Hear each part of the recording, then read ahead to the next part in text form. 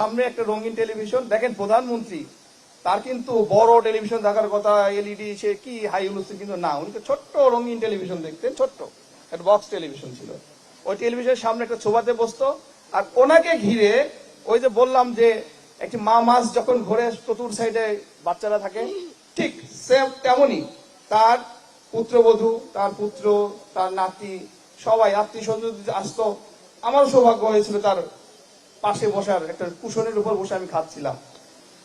তো ওনার যে একটা করলা ভাজি হতো, এই করলা ভাজিটা ওনার জন্য হতো আমি জানতাম না, আর আমার চয়েস ছিল করলা ভাজিটা পছন্দ হতো। তা আমি কি খুশি, করলা ভাজিগুলো ঠাস ঠাস করে সব নিয়ে ফেলছি।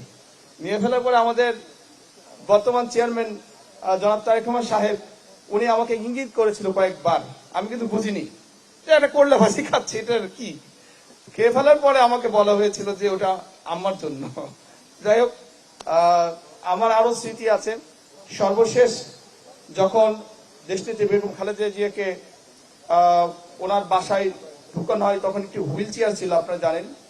তা হুইল চেয়ারটি ধরে যখন তুলতেছিলাম, ওটাই ওনার সাথে আমার শেষ কথা। উনি তখন পেছনে চেয়ারটি যখন আমি ধরেছিলাম, তখন আমাকে বলেছিল পেছনে কে।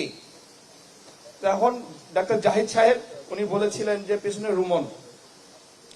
তাই আমাকে হেসে উঠে পেছন দিকে একটু ঘুরে দেখার চেষ্টা করছে, আর বলছে ও এই জন্যই তো হচ্ছে না, এরকম কি একটা কথা বলে হেসে দিল। মানে ওনার সাথে আমার শেষ ওটাই কথা। এবং হসপিটালে যখন লাস্ট যেবার নিয়ে যাওয়া হলো, ওইবারও সাথে সাথে গেলাম, সালাম দিছি রুমের মধ্যে ঢুকে। এটাই আমার শেষ তার সাথে আমার দেখা। উনি যে এভাবে এত দ্রুত চলে যাবে কল্পনা করিনি। আল্লাহ তাকে বেহেশত নসিব করুক।